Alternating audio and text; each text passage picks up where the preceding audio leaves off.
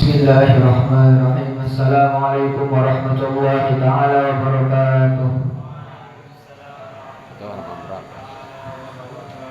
Buka halaman 365 bab puasa Ramadan. Karena lagi sebentar nih kita mau melaksanakan puasa kan, libur. Bismillahirrahmanirrahim. Wa anhu dan dari Abu Hurairah radhiyallahu Allah berbainya. Nama asli Abu Hurairah adalah Abdurrahman bin Sakhar. Beliau adalah salah satu daripada beberapa sahabat Nabi yang meriwayatkan hadis terbanyak, yaitu 5.000 hadis. Dan beliau ini memiliki nama yang unik, yaitu adalah Abu Hurairah, yang memiliki arti bapak kucing kecil. Beliau ini gemar membawa kucing kecil ketika beliau masih remaja atau masih kecil. Anna Rasulullah sallallahu alaihi wasallam, bahwasanya Rasulullah sallallahu alaihi wasallam telah bersabda, "Man anfaqa zawjaini fi sabilillah," barang siapa yang bersedekah sepatang harta di jalan Allah, nuliya min abwabil jannah, maka ia akan dipanggil dari pintu-pintu surga.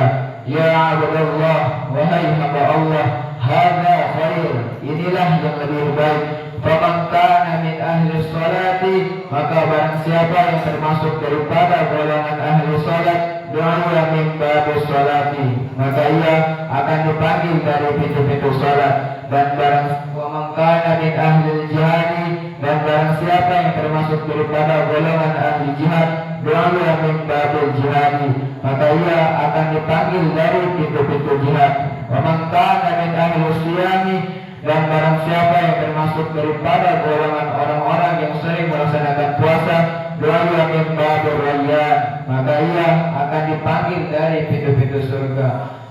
Wa man kana min ahli shadaqah, dan barang siapa yang termasuk daripada golongan orang yang suka bersedekah, doa min babir shadaqah, maka ia termasuk daripada, maka ia akan dipanggil dari pintu-pintu sedekah. Yang saya sebutkan tadi adalah amal-amalan yang jikalau kita melaksanakannya, kita akan mendapatkan ganjarannya, yaitu adalah pahala. Dan adapun amalan yang tadi, jikalau kita meninggalkannya, kita akan mendapatkan ganjarannya, yaitu adalah dosa. Dan yang pertama itu adalah sholat. Sholat itu adalah perbuatan yang wajib dilakukan atas seluruh kaum muslimin dan muslimat, yang dimana yang kita ketahui definisi wajib adalah ma yuthabu ala fi'lihi wa la yu'aqabu ala tarkihi, sesuatu yang didapat pahala atas mengerjakannya dan mendapatkan dosa atas meninggalkannya.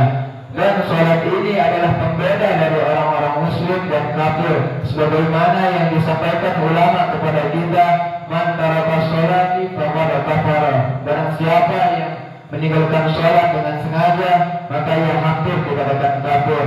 Ada dua pendapat mengenai bab di sini. Yang pertama adalah bab tahqiq, yang artinya benar-benar kafir, dan bab yang kedua adalah tanzih, yang artinya hampir kafir. Karena ulama berpendapat bahwa bisa diampuni dosanya sampai ia mengkodanya dan segera bertobat. Dan adapun amalan yang kedua adalah berjihad. Yang dimaksud berjihad di zaman Rasul adalah berperang, tetapi berbeda dengan zaman sekarang. Berjihad di sini itu bisa dimaksud dengan menuntut ilmu, sebagaimana ada hadis yang mengatakan wa talabul ilmi fardhatun 'ala kulli muslimin wa muslimatin. Dan adapun ganjaran orang yang menuntut ilmu seperti ganjaran orang-orang syuhada yang mati di peperangan, yaitu balasannya adalah surga. Dan adapun amalan ketiga adalah puasa. Puasa secara lughah itu adalah al-imsak, yang artinya menahan. Adapun secara istilah adalah menahan, yaitu menahan makan, minum dan badan hawa nafsu lainnya dari menjelang fajar sampai terbenam matahari. Puasa wajib itu dimulai ketika memasuki bulan Ramadan, dan adapun ganjaran yang akan kita dapat ketika bergembira di saat akan datang bulan Ramadan berdasarkan hadis yang mengatakan man faraha bi dukhul Ramadan haramallahu bisaluhu 'ala niran. Baru kita bergembira, langsung Allah mengharapkan jasa kita atas neraka.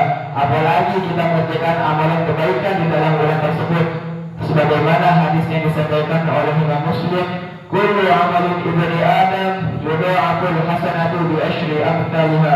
Kebaikan yang dikerjakan oleh anak Adam dilipatkan dengan 10-nya 10 pahala, dilipatkan menjadi ila sab'imi'ati dha'fin, menjadi 700 pahala.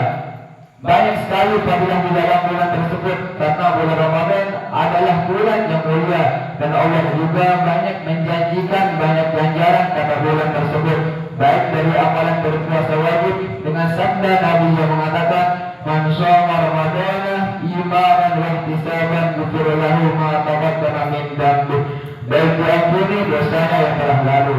Dan juga sabda Nabi yang mengatakan ma min 'abdin yasumu yawman fi sabilillah wa lahu dzalika al-yawm wajhu 'anil nari 70 kharifan. Allah mengharapkan bagi orang yang puasa satu hari tersebut dengan 70 tahun perjalanannya dari api neraka karena puasa yang satu harinya saja. Dan adapun amalan keempat adalah bersedekah.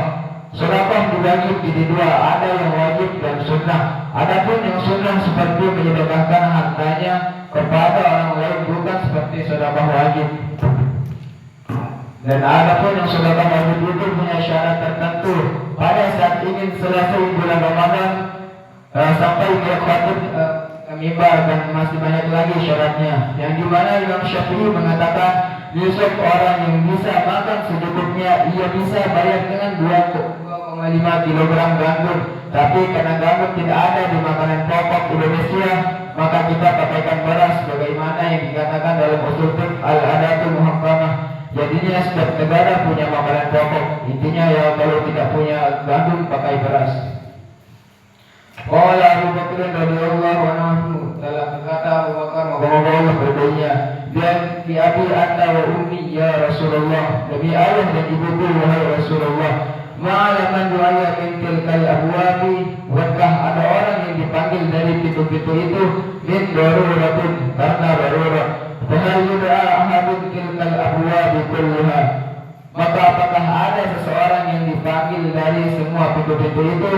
Qala, maka Rasulullah SAW pun menjawab, na'am, iya, wa arju an takuna minhum, dan aku mengharapkan semoga kamu termasuk daripada golongan orang-orang itu.